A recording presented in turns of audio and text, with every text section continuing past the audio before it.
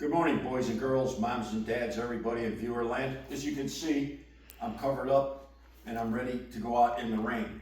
And so is our Champion dual fuel. As you can see, we already have the Gen tent installed that you saw us install on a previous episode. And speaking of episodes, Donnie and Rosie, my brother and sister-in-law, are tuning in now, having fun with the channel. So we appreciate them watching and sharing, like, of course, we always appreciate that. But today it's raining out. I got my protection from the rain on, my safety goggles, and I got the Gen tent on the generator. And at this time, we'd like to talk about a little generator safety. You want to make sure any extension cords that you're using aren't damaged, taped together, frayed, or anything like that. If they are, throw them in the garbage, get a new cord, because your life is worth a new safe cord. There's many ways of powering your house with a generator. As we've discussed, some people will run out, get a generator, plug it in, and now you got extension cords. You can run them through your window into your house to your appliances that you want to run, and that's okay. That's one way of doing it. Some people will backfeed their house by plugging a larger cord, 50 amp cord, such as this, and it'd be a suicide cord. They'll plug it into a dryer vent or an electric range vent, or outlet, not vent, sorry. So they'll plug it into that. But the problem with that is you have the main power on. And if we take a look at this power panel for the garage here, they have this on. And it'll backfeed into the electric system, and you could hurt or kill somebody down the line. So that's very unsafe. So they made a thing called the interlock, which will turn on the 220 here, if you have your 220 outlet, and then it'll only come on if the main breaker's off. It's called the interlock kit. In my house, we have a different system that we use to make it easy. So I'll show you that on a non-rainy day, and we'll plug this in and we'll actually run it with that, with a transfer switch. So that's the only two ways you should be backfeeding into a house, is with the transfer switch or the interlock system. And once again, even if your good cords are damaged or frayed, you're going to want to get rid of them and update them. I always make the electric connections prior to starting the generator, especially if it's raining. You know, you don't want to be plugging stuff in the rain.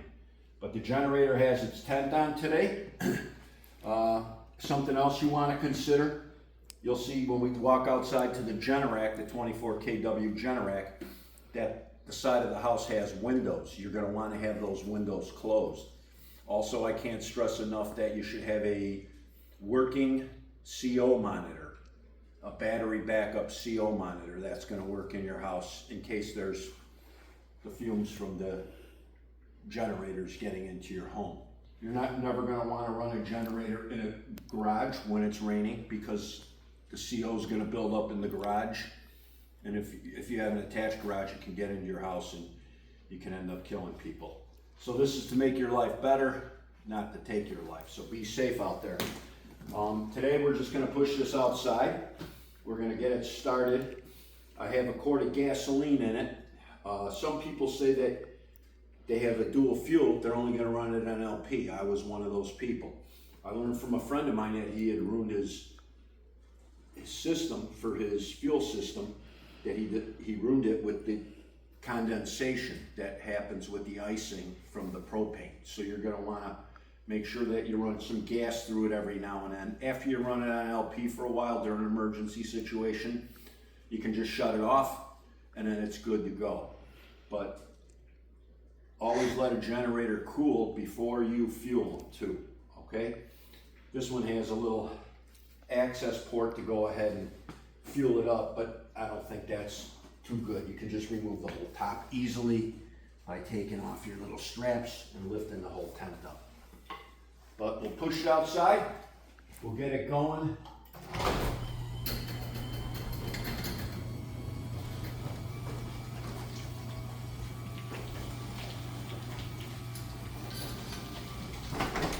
Like I said, I try and remember, it doesn't happen always, but I have the little 2x6 chunk here that I put it on so that it can run dry. I run the gas tank totally dry.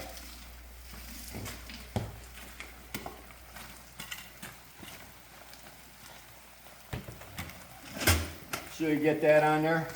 I got the petcock open. So I'm gonna reach around, get my choke on, turn it on.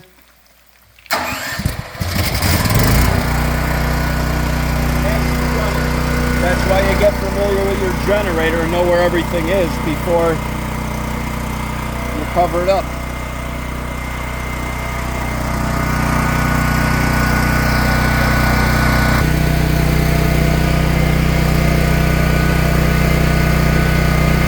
I always do a little tie like that to prevent something from falling on an appliance and disconnecting it.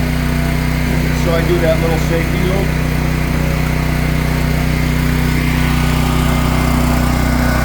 Now that I've ran it for a minute,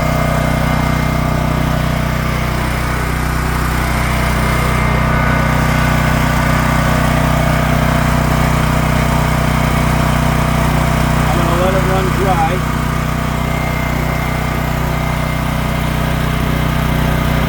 This would be the famous stutter and sputter. That's why we're doing this too, to show you how it sounds when it runs out of gas.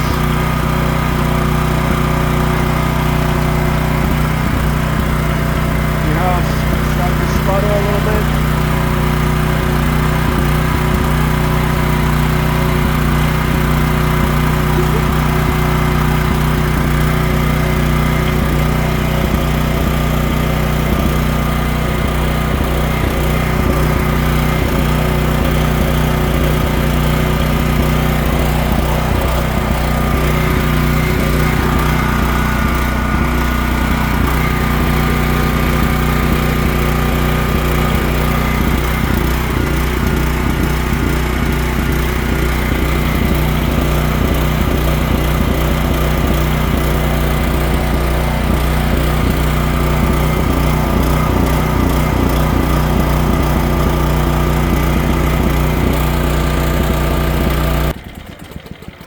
Okay, so it stuttered and sputtered and ran out of gasoline, and that's how you know it's ready to be put away. Okay, so now we're gonna plug this baby in. Turn our petcock back on.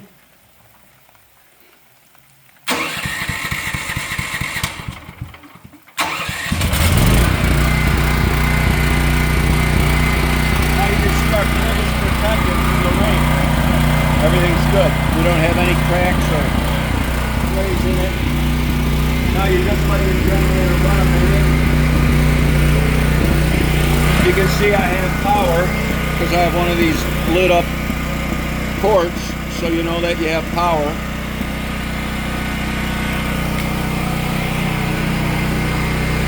Then you turn on your little vacuum and let the generator make some power for you, so it has a draw on it.